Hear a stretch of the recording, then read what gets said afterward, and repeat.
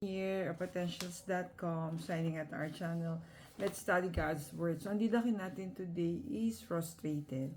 Yung Bible version is from Luke 11 verse 46. You impose on people burden hard to carry, but you yourselves do not lift the finger to track them. So Luke verse 11 verse 46. So the one who wrote today's story is si Brother Nico Capuchon. So ang story niya is that, have you been assigned to something that no one taught you how to do? So yan, marami tayong mga ganyang assignments that we are being entrusted by responsibility na sometimes there's no training given to us. We have to find ourselves in or out of the assignment. Have to research, you have to ask around, you have to do our assignment. No?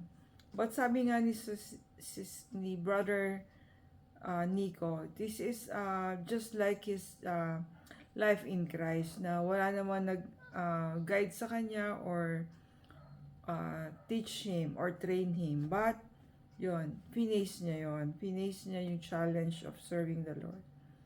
So when you don't live up to others' expectation, they are frustrated on you. And it also frustrates you kasi nga hindi mo ma-deliver yung what is required of you. Napafrustrate ka rin sa self mo. So as a followers of Jesus, there's a different structural or different standard of life. So syempre, much is expected of us if we are a follower of Jesus. So Jesus holds us accountable, but show how it's done. So tinuturuan tayo ni Lord. He is gentle with instruction and patient with the process.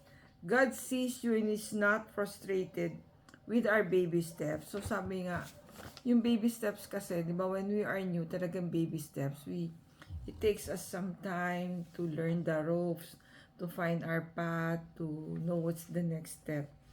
Kaya nga baby steps.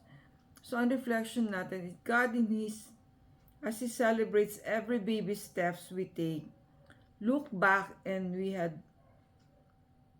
see how far we have come from where we were, di ba? Jesus, your gentle love and instruction molds us to the life you desire for us. May we be as patient, as loving, and as hands-on as you are with the people around us. In Jesus' mighty name, amen, amen. Stay safe, everyone.